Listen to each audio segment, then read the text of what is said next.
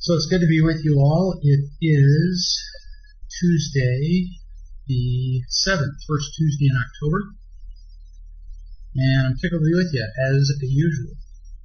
Always love to do this. So we're going to jump right in with the questions that were sent to me. We've got quite a few. And so if you have some questions that you want to send in live, please do. Donna will capture those, and if we can get to any of them, we will. But we do have quite a few that were sent in. And as usual, please send your questions to me at greg@reallove.com, and we will, as always, try to get to as many of those as we can. First question. I'm going through a separation, and I'm trying real love, but it is difficult. My children have special needs, and anger, unhappiness, and then almost hysteria are a daily Ferris wheel at my home. I know this is the way they are expressing their feelings, and any tips on how to move forward with them would be appreciated. It's really important to understand that life is hard enough under the best of circumstances. And in most homes where the parents have not had an abundance of real love, which would describe 98 to 99% of homes, no exaggeration at all.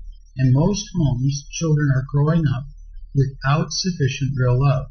So most children are reacting to an absence, or at the very least, a significant lack of real love most of the time. So they're displaying a bouquet of getting and protecting behaviors most of the time. In this case, a noxious bouquet. So it's just a weed garden all the time of kids, attacking, lying, acting like victims. I mean, it's a mess. And then when you add the parents separating, now the children are even further terrified that they're never going to be loved, never going to be unconditionally loved, and now further, one of their potential supplies of imitation love is also being ripped from them. So these kids' lives are being turned upside down. Their little hearts are being ripped out of their chests, and then we wonder why, in the words you use here, there's a daily Ferris wheel of anger, unhappiness, and hysteria. Well, it could hardly be a surprise. So, in the first place, it would be hugely helpful for you just to simply understand what's going on. These kids are frightened and empty. So you're just seeing in your kids what we see, pretty much in the world everywhere we look. We see in the headlines evidence of these behaviors all over the planet. Terrorism, violence, rape, murder, it just goes on and on. You're just seeing it on a somewhat more localized scale amongst your kids.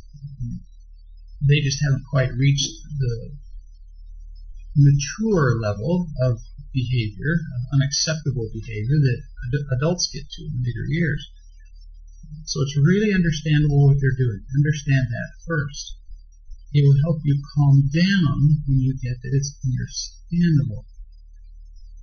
So what can you do about it? Well, first thing you can do is not add to the fire. So your kids are playing on the field of death. They're crazy. They're a bit insane. And make an absolute commitment, inviolable commitment, that you will never, not less often, not occasionally, but zero, express negative feelings about your spouse from whom you're separated while you're around the kids. That will just destroy them. That will make things just exponentially worse. Second, never express negative feelings of any kind, pretty much, not just about your spouse, but negative feelings of any kind while you're around the kids, especially toward them.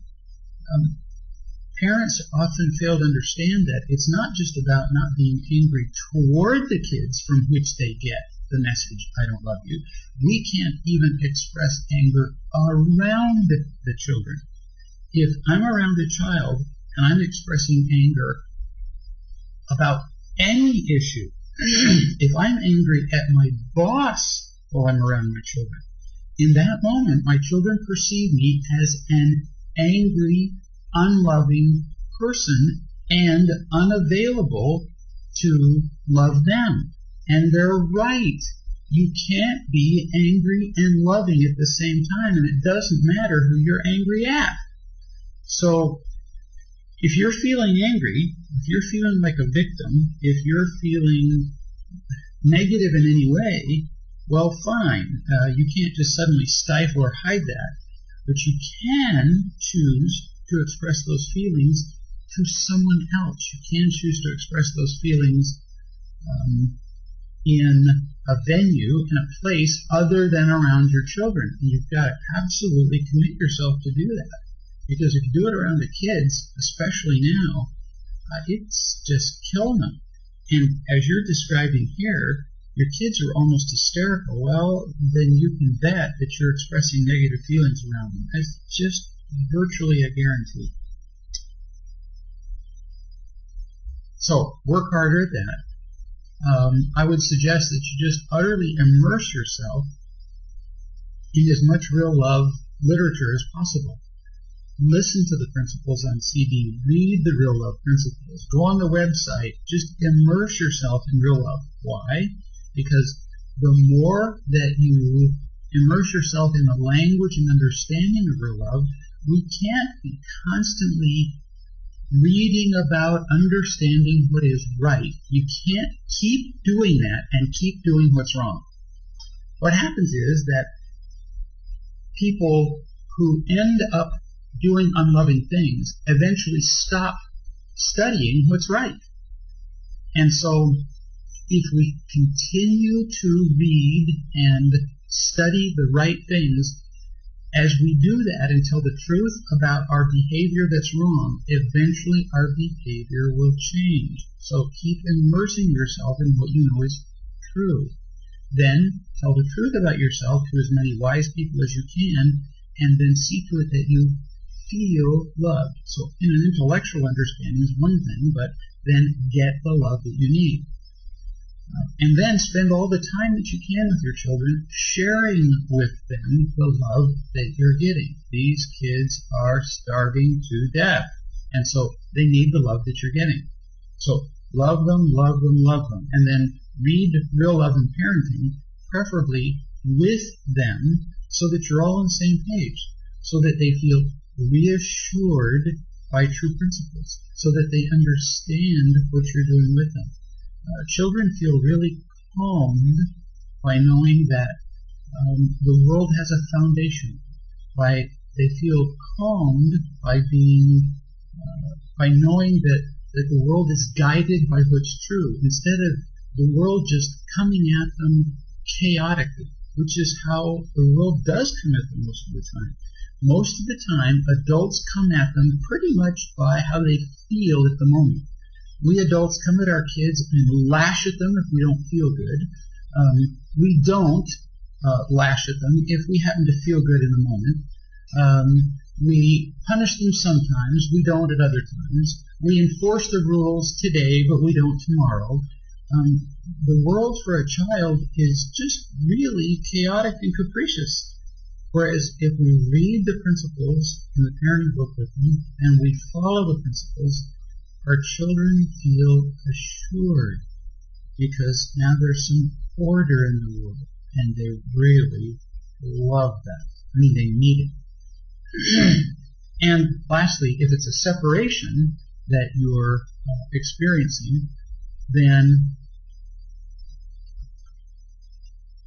obviously read Real Love and Marriage, and as much as possible share with your spouse the principles you're learning, the truth about the mistakes that you've made in your marriage, and then be as loving as possible to your spouse, because until it's over, it's not over. Never give up. Be as loving as possible and do what you can to make it possible for the two of you to create a loving relationship, and if possible, to create a loving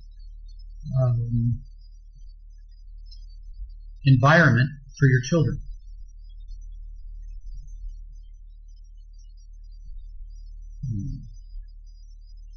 This is for everybody. So there's a 4-second delay and a scratchy sound.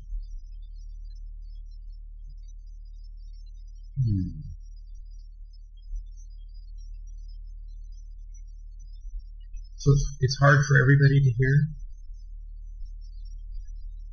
So what do we need to do?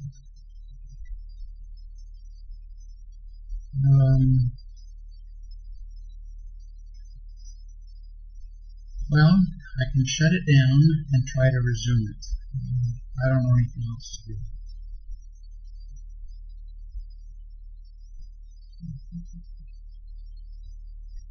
Then I rename it. I'm not quite sure what to do at that point.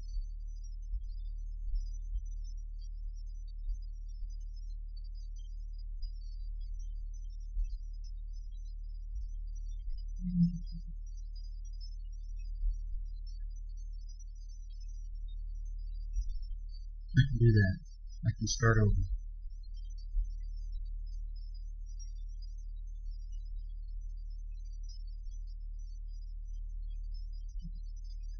Because it's clipping.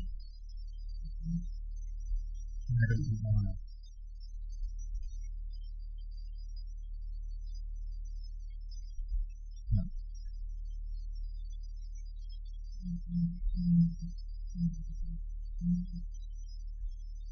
Apparently there's this.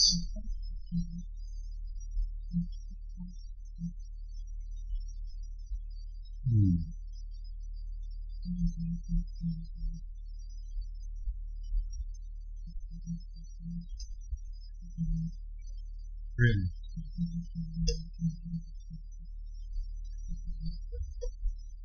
No, I read that it's ugly because it is clipping. It's clipping up into the neck.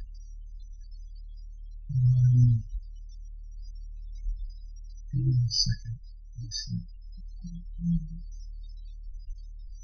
Rain. Let me try it. Rain.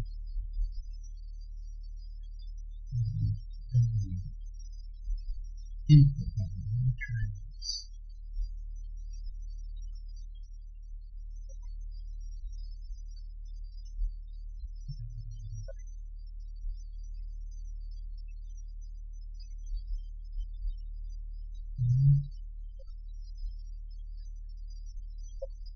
Make an adjustment.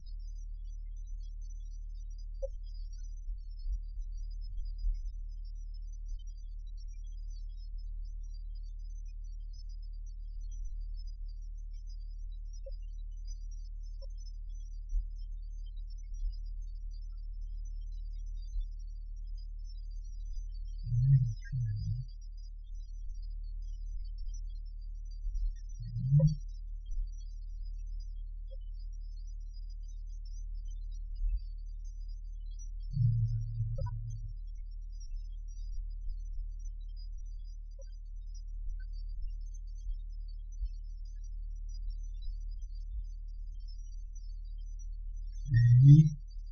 Let's see. It's flipping. Okay, let's see if that helps. Is it still clipping? Yeah, it's still clipping. Well, I don't know how to make adjustments in the middle of the session.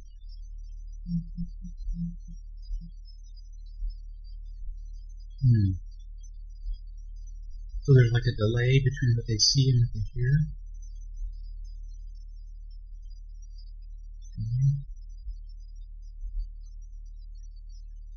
Alright, we may have to, let me see if I back up a little bit, if that'll make a difference.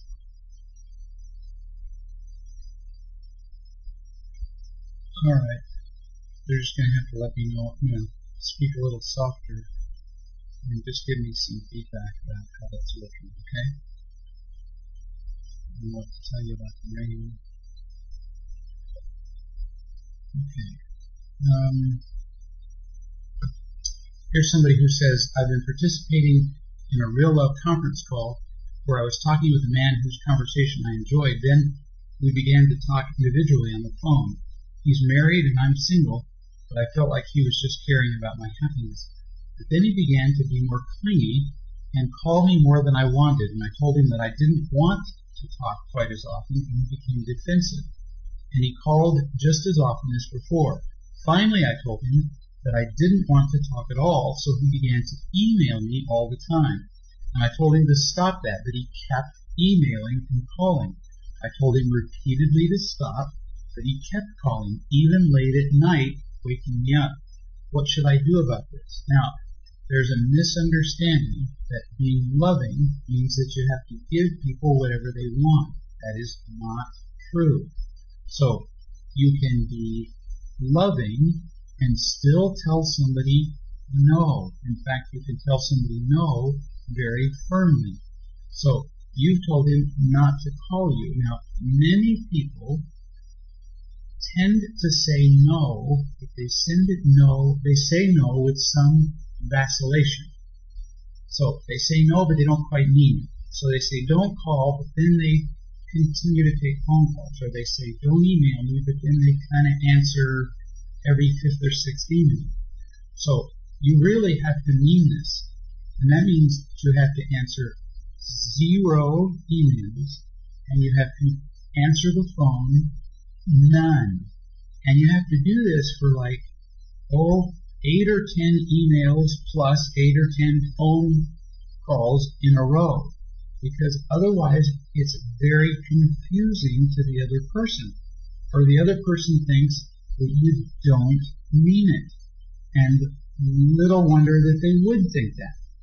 So you really have to be serious about this when you say no, or the other person doesn't get it. You just confuse them. So you have to do that for a bunch of times in a row. Then if the other person keeps calling you and keeps emailing you, you send them one email, or you answer one phone call. It's one or the other, in which you say something like this: I have told you not to email me and not to call me on the phone, and you have not honored my request. Or in this case, I'm actually not making this a request. I'm insisting that you not do this. And because you have not listened to me, if you email me again, or if you call me on the phone again, I'm going to consider this harassment, or as some people pronounce it, harassment. It varies from one part of the country to the other. And I will turn this matter over to the police.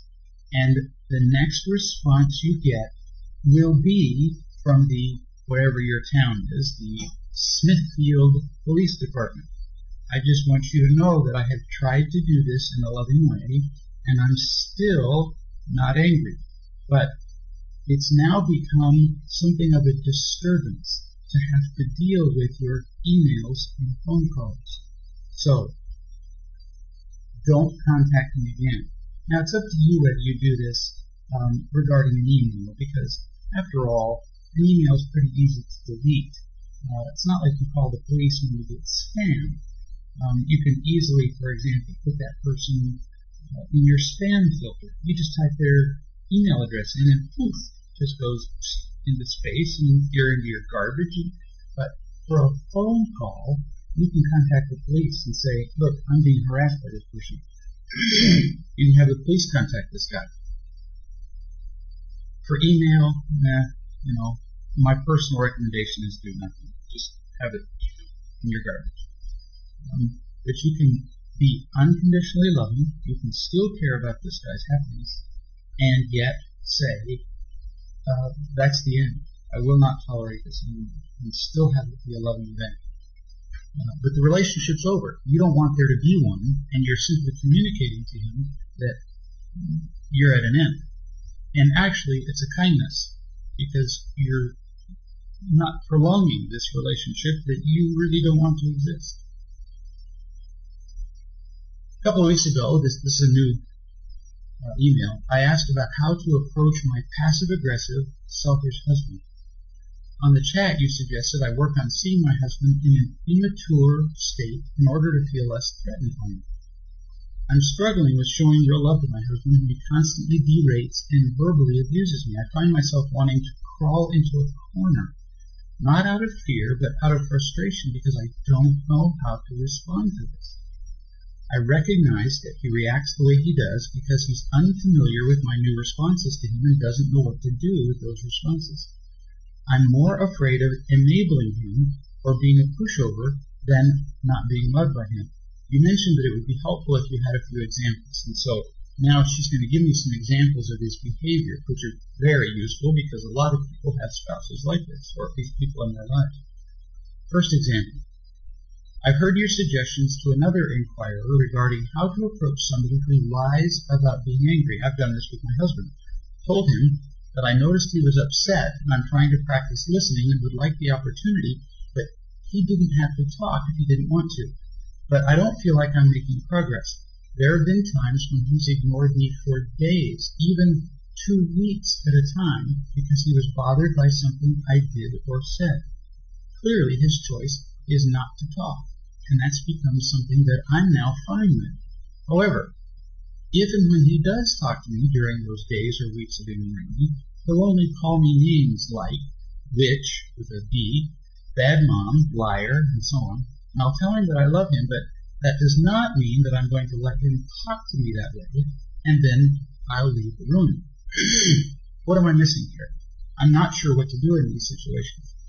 So, it's pretty obvious that your husband is miserable. I mean, gee, he doesn't talk to you for days at a time. He calls you names. My goodness, the man is running, acting like a victim, attacking you. I mean, he's just a miserable human being. Obviously, I'm being afraid since he's using pretty much the whole, rainbow of getting and protecting behaviors. In his case, he calls you names, which is also no fun for you. So my guess is that this is probably escalated over time. No, he probably didn't call you names on your first date. And if you don't do something about that, it tends to be the case that name calling usually tends to get worse over time. So I recommend that you do something about it. If you don't, this kind of verbal attacking tends to turn into other things. So I'm not recommending that you protect yourself in the traditional sense of protecting, because once you get the feeling like you're protecting yourself, then you're on the field of death too. What I'm recommending is that you do something because his behavior will worsen, and after a while you'll feel like it becomes an increasing burden. So I'm recommending that you do it because you need to break this pattern of behavior. So after the event, not right while he's calling you a name, because if you say something right while he's calling you a name, rarely is it helpful to talk to somebody about their getting and protecting behaviors right while they're doing it. People hate to be confronted right in the middle of the act. They tend to become more defensive. So later, at some point, maybe in an hour or an hour and a half or 2 hours, you pick a time, when it's clearly over, get his attention, and then describe what he did. So you might say, Fred, you remember an hour ago when you called me a witch with a B. Then you describe the effect that has. You say, so you understand that when you call me a B, that really has a distinctly unloving effect on me and on our relationship. Then describe to him some alternative behaviors. You might say, for example, you understand that rather than calling me a B, you might, for example, clearly you were upset at me. So rather than calling me that name, you might, for example, have said to me that you were really unhappy with the way I Or, for example, if you don't know what he was upset about, you might say, could you tell me in other words what it was that you were upset about? Help him see what some other ways to express himself are, so that he has some options. What you're doing is kind of holding him accountable for his irresponsible 8-year-old or possibly 12-year-old, between 8 and 12-year-old behaviors are, and show him what some alternative choices are. So instead of calling me an awful name, now you're not going to say, because that's really immature, you're not going to say that part. You might say, so can you see that it would be far easier for me to hear and far more productive if you simply said, I really hate it when you don't do laundry. I really hate it when you leave the back door open. I really hate it when you lose my car keys. When you say, I really hate it when you, I can hear that. I can hear that much easier than when you say, I am a liar, I am a terrible mother, I am a witch with a B. I can hear that. I can engage you in a conversation. I can describe, for example, and then you go back to the event of an hour ago. You can say, I was wrong on that particular occasion. I can describe to you how I will improve my behavior. See, then what you're doing is you are showing him how using language other than what he's using now will actually get him vastly improved results than simple name calling. He only uses these words because, frankly, he's too stupid to know anything else.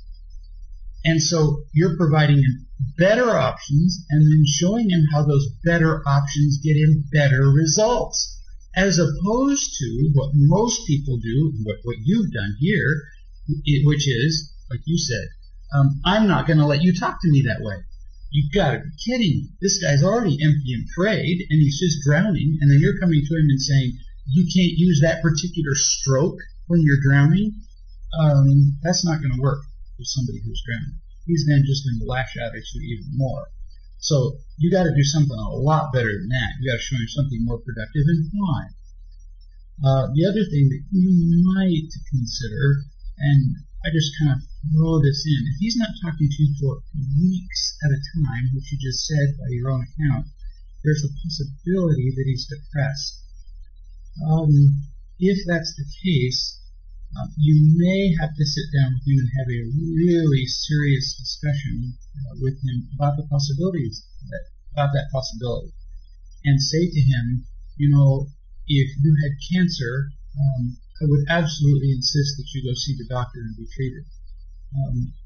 You sometimes go for weeks at a time and not speak to me, which is a really strong sign that you're suffering from depression. So what I'm going to ask is actually insist. You might ask the first time, then the second time you insist. So asking is great the first time, is that the next time you have an appointment to see your physician, your regular checkup, which is in 8 weeks, I need to be there. And then if he gives you any grief, then you call his physician. And you call his physician and say, you know, he has shown signs of depression, blah, blah, blah, blah. You know, he doesn't speak for weeks at a time. And you ask for his physician to push him for permission for you to be there so that you can describe his behavior. Because this just makes life impossible once people get clinically depressed. They really need help.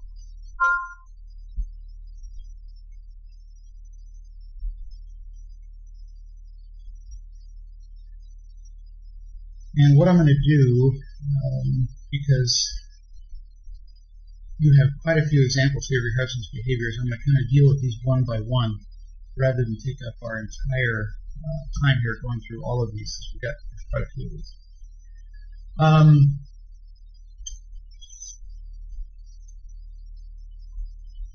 Here's somebody who says, new email. I read the Real Love book and love it. The pages are coffee-stained and dog-eared, and I've gifted this book to so many people as well. I fear that I've become an imitation love junkie lately. I went on a blind date last week after posting an ad on Craigslist, which largely spelled out real love qualities and a few imitation loved ones, I guess. I fell hard for my date. I felt like this could be it. We could give each other real love without compromising imitation love. Let me pause before I read on. If you fell hard for your date after one date, that's usually not a great sign of real love. People don't fall hard into real love. They don't. You grow into real love. You learn to become unconditionally loving. You don't fall hard into real love. It just simply doesn't happen. It's something you learn to do. You learn to become best friends. You learn to unconditionally care about the happiness of another person. Whereas you fall into a concrete curb. You fall and smack your head on a rock. And similarly, you fall into almost everything that's bad, like imitation love. No kidding. You fall into a hole. You fall into an outhouse. And you fall into imitation love. So it's a kind of a bad sign. You talk about falling hard. That's excitement. It's a hit. It's a rush like you get from cocaine or morphine or heroin. Now, that does not mean that there was no element of real love involved. But, boy, it sure does mean that there's cause to beware. You continue. Our date lasted for 5.5 hours, and toward the end, it did involve a lot of kissing. So you've already given me one reason to be really nervous, and now you've given me 2 reasons to be really nervous. That's 2 reasons in 8 lines. This makes me very nervous.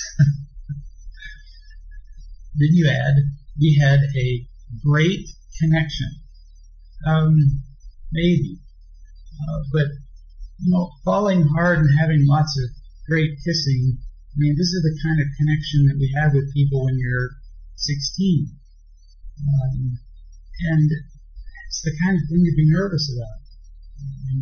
You develop real love connections with people over time, and it doesn't require kissing. So you continue. It's been 8 days. After 24 hours, I dropped him a 2-liner, which I assume means probably email, thanking him for his, as opposed to cocaine, thanking him for his company, and that it would be great to meet him again. I will say that I'm upset that he hasn't contacted me.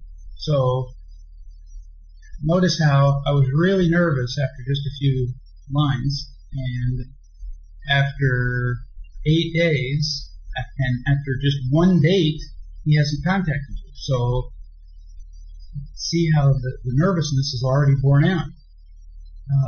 Is this wrong on my part? Wrong that you're upset? She continues, Greg would say that if you're angry, you're always wrong, correct? Is it because I'm still unloved and afraid that I'm even upset that he's not contacting me? Yes. If you need this particular guy to contact you and accept you, it's a sign that you are empty. Because if you're full, it wouldn't bother you one bit whether any particular person ever contacted you. If you were full and any particular guy failed to contact you, you would simply note that that particular guy didn't want a relationship with you.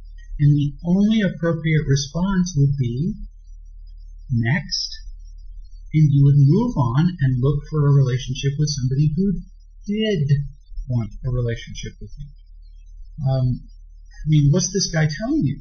What he's telling you is that clearly he really enjoyed the banquet of imitation love that you offered him on the first date. He enjoyed the kissing, he enjoyed the praise, he enjoyed the whatever he got from you on the first date, but it wasn't the particular combination of imitation love that he likes. But he still liked it.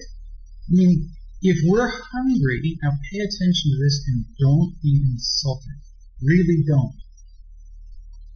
If we're hungry enough and we go out to a restaurant and they serve pretty much anything, we will eat anything and love it. But we may never go back to that restaurant because it just wasn't the particular kind of food that we enjoyed. And that's what happened with you. So pay attention here. He was hungry, he was empty, he really enjoyed what you served up, but it was imitation love. And he's going, yeah, nice meal, but it wasn't the particular meal I was looking for. It wasn't spiced exactly like I like. He's looking for a certain combination of imitation love that fires him up, which is no insult to you, sweetie, because in the end, imitation love always fails. Actually, you should be really happy that your particular combination of imitation love did not fire him up, or you'd have been in for a longer-term relationship that in the end would have failed anyway. So he's moved on looking for his particular combination of imitation love, and he'll find it, and then he'll be in for a longer-term relationship. He may end up even marrying that person, and so then he'll be into it for 6 months or a year, and then it'll fall apart. Horrible. So you learn something from this, which is don't be so eager to offer so much imitation love from the beginning. Don't be so eager to get excited. Don't be so easily fooled.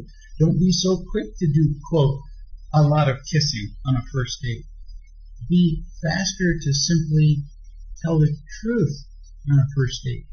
Concentrate only on real love right from the beginning. Don't be looking to fall hard. Be looking only for the real thing. And this won't happen. Then you said, is this guy engaging in getting in protecting behaviors by not having the courtesy to respond to my two-liner email, either concurring with me or telling me he's not interested? Yeah, you're right. He is protecting himself. He's obviously afraid, or he would have responded. But keep in mind that he doesn't owe you anything, which is what you're implying when you use the word courtesy.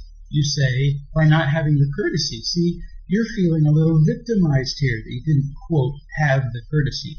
Frankly, he doesn't know you a thing. For whatever reason, he didn't get out of the encounter whatever he wanted. Now he's decided to back off. And he gets to. He can back off anytime he wants to. He got together for a little imitation love meal. He got a little of what he wanted to, and now he's decided, now I'm going to move on. And you know, frankly, that he gets to do that. He doesn't know that owe you anything past that. So your only appropriate response, like I said earlier, is next, and that's to move on. Hopefully, having learned something. And boy, this can be painful stuff to hear, but this is how we learn. We learn from these painful lessons, and I've learned plenty of them myself, and been far stupider than this. So don't feel foolish. Just go, I'll be darned. Right? Another lesson learned, and a valuable lesson.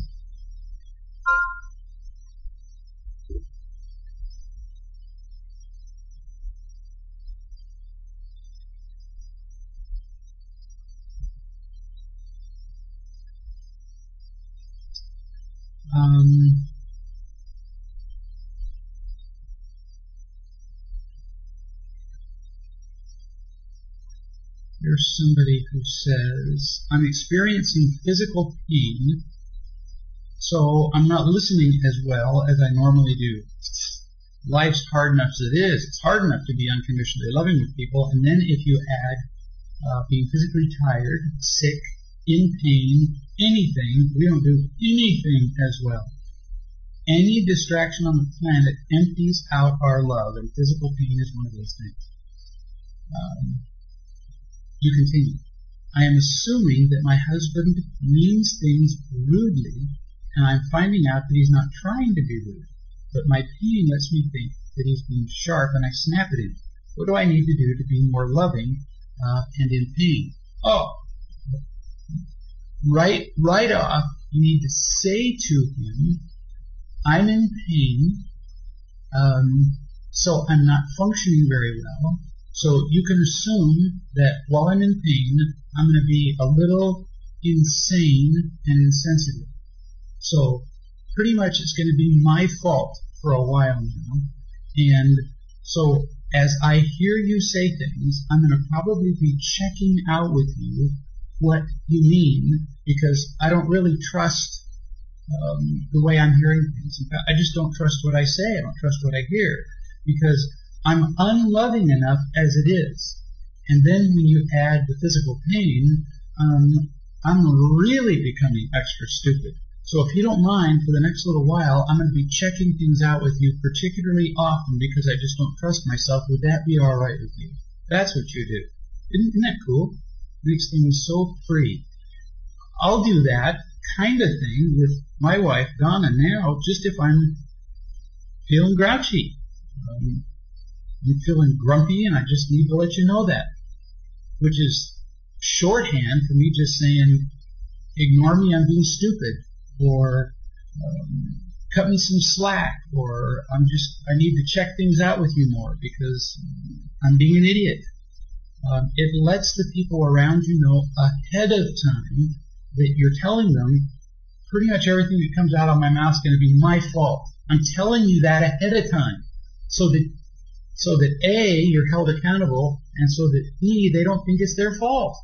It really clears things up for other people, as opposed to you don't talk about it, and then all these things that come out of your mouth, they're going, what's with her? See? And it leaves everybody confused. So just tell the truth, which again comes back down to that adage, doesn't it? Just tell the truth.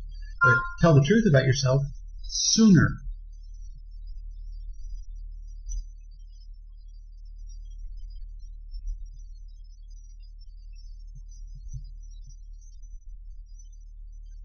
The other day I was reading a book, another person who was writing, and my wife interrupted me saying that we never do anything together. I asked her what she wanted to do, and she said, anything. Oh, that's a real formula for disaster, which by which she means you have to figure it out. I asked her what she had planned. It's like a trap, see? But see, you don't realize that. I asked her what she'd planned for that evening. I said I would do whatever she wanted. Another trap. So it's a trap within a trap. See, nobody realizes all these traps are being set. She said that she was going shopping. See, you got set up. That's not exactly my favorite thing, but I said that I would go if she felt like we were doing something together. And she was happy about that. So we went to a clothing store, and I talked to her while she looked at clothes. It was kind of strange, not the kind of thing that I'd done much before, but she seemed to like it, and I kind of liked being there with her too. But then she ran into a friend of hers, and they began to talk, and suddenly it was like I wasn't there. I was just cut out of the conversation. I began to get more and more irritated. Finally, I said, I think I'll just go to the car. And then she was annoyed with me. See, you were trapped. When she got back to the car, she was still mad. And when I asked her what was wrong, she said, I thought you wanted to do something together. I told her but you were talking to your friend and left me out of the conversation completely. And then she just got madder. Here I was trying to do something for her, but she made it impossible by talking to her friend. Then she just got madder about it. So how is this my fault? Yes, I realize this just looks impossible. So there are lots of ways that this went badly. But my, I guess, biggest single suggestion is, because there are a lot, so let's keep it simple. You waited to act until you were angry. It always comes back to love. So don't try to look for complicated little psychological solutions here and behaviors to memorize. Never wait to make a decision until you're mad. Always make your decisions before you're mad. When you start to feel the slightest anxiety, the slightest, make your decision then. Don't wait till you're mad, because you're dead then. Never wait, act sooner. So those are the two words I would suggest that you remember from this. Act sooner. Never put, the other part of this is, never put yourself in a situation where there is no way out. So these two kind of go together. So here's the rest of it. When you agreed to go with your wife shopping, you put yourself in a situation which was distinctly unusual. You had never been shopping before.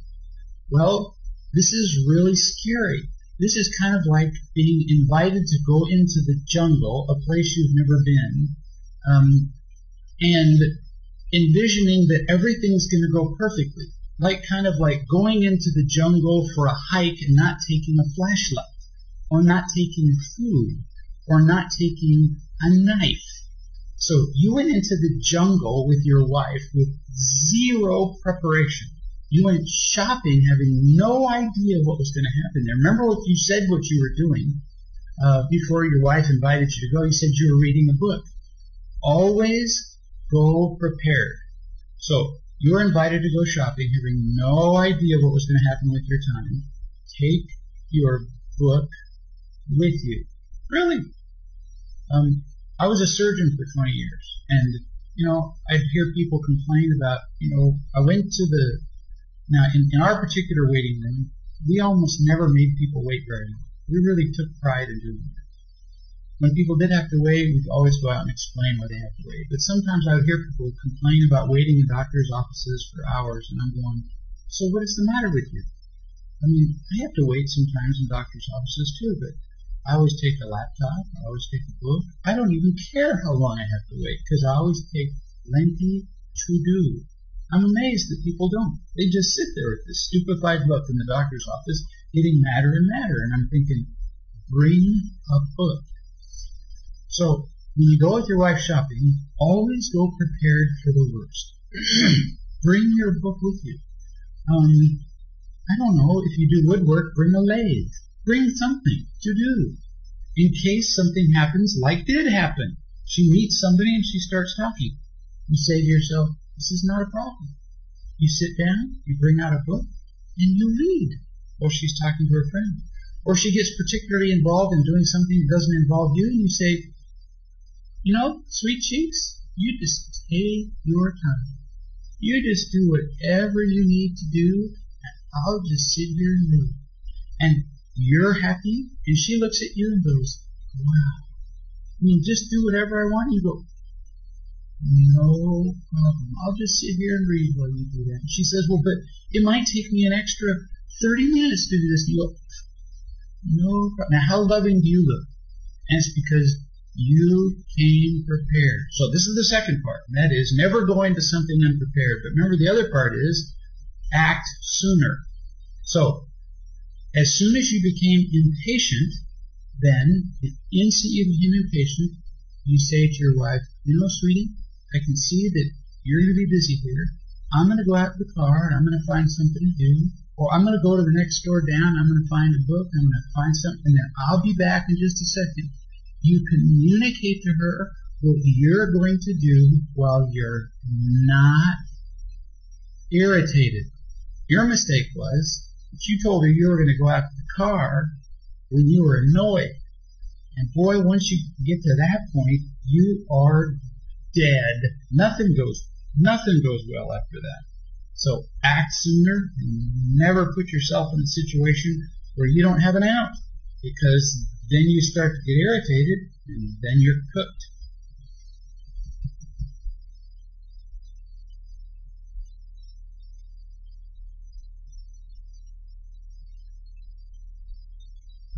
I'm in a relationship with a man who seems to be drowning all the time, and then that empties me out, and I tend to push him under even worse.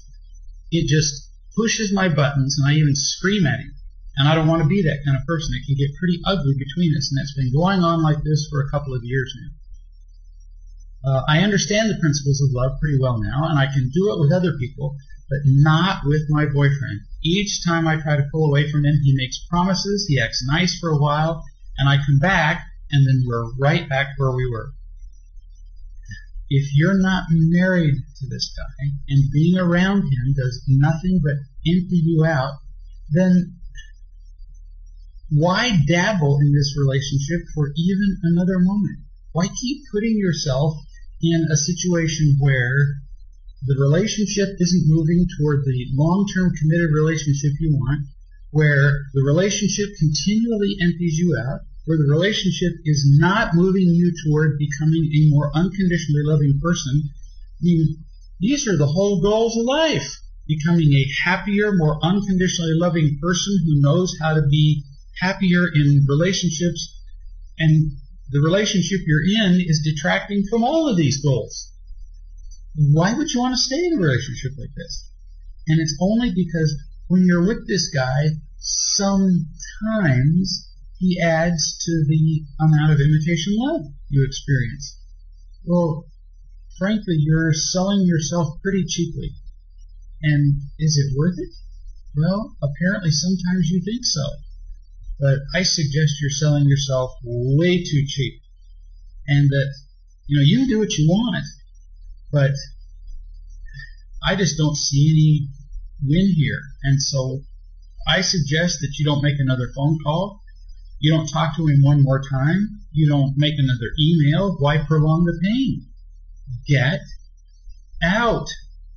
Learn a great deal more about real love. I mean, like a lot more. It's obvious you need to learn more, because if you knew more, you wouldn't be staying in this one. And then learn enough about being unconditionally loved by women so that you don't keep being fooled by imitation love. Apparently, people can still, men especially, can still cloak imitation love in enough disguises that you just get absolutely fooled, and they can take you in.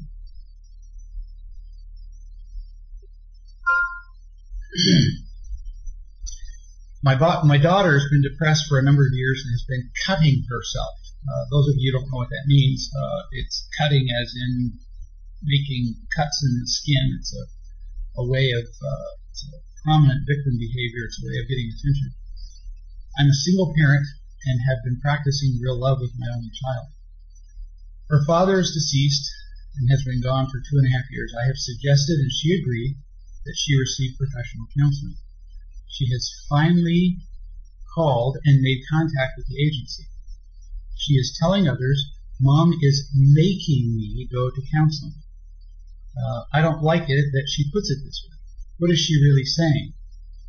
I don't say anything when she says this. Is this okay? No, it's not okay. She's living in an entire world of being a victim. She feels like the whole world has done her wrong, and obviously she really believes it.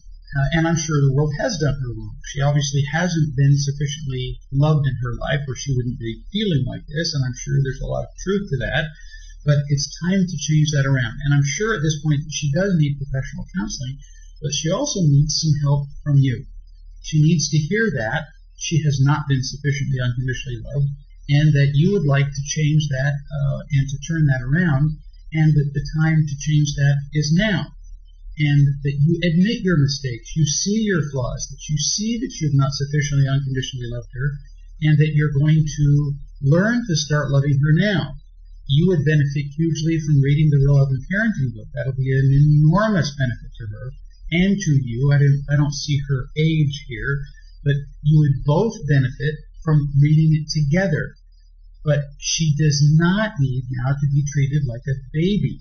If you had her make the phone call, obviously she's not a young child, but she feels like a victim. Victims cut themselves. They cut themselves so that other people will look at them and go, oh, you poor little thing. And, she doesn't need to hear more of that. She needs to hear, okay, so now what are you going to do to change that? She needs to tell the truth about how she manipulates people and about how she has made choices in her life to get to this place.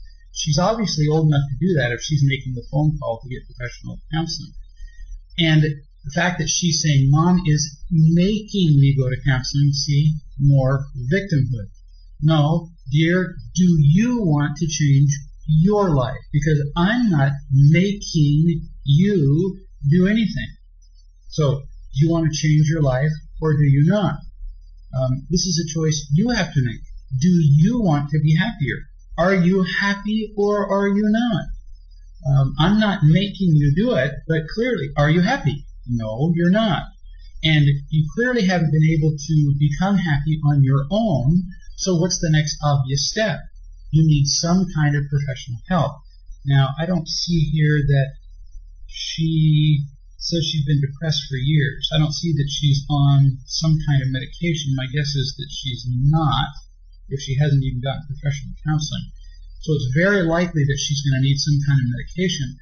So it's pretty obvious that she's going to need, if she's not been happy for years and years and been depressed, you just take her through the obvious steps. Not been happy, haven't been able to come out of this on your own, you're going to need help.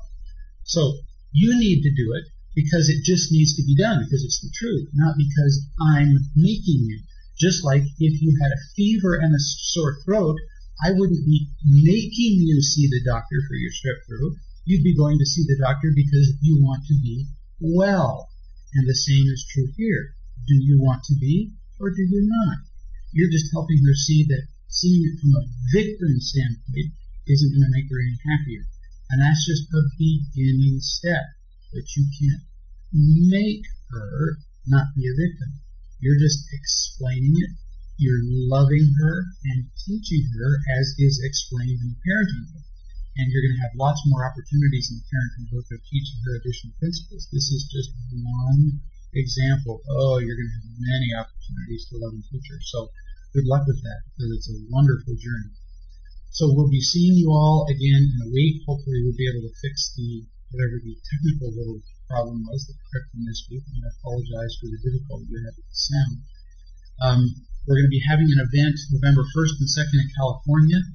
We had a block of hotel rooms reserved for those who are traveling out to California. Apparently most of those are already gone. So there's apparently quite a demand for the event. We encourage you to go to the website and look up the event November 1st and 2nd and reserve your rooms, since those are apparently fast disappearing already. And we look forward to seeing you November 1st and 2nd then, and we'll see you again in a week here on the video chat. And between now and then, we encourage you to remember that it's always about real love.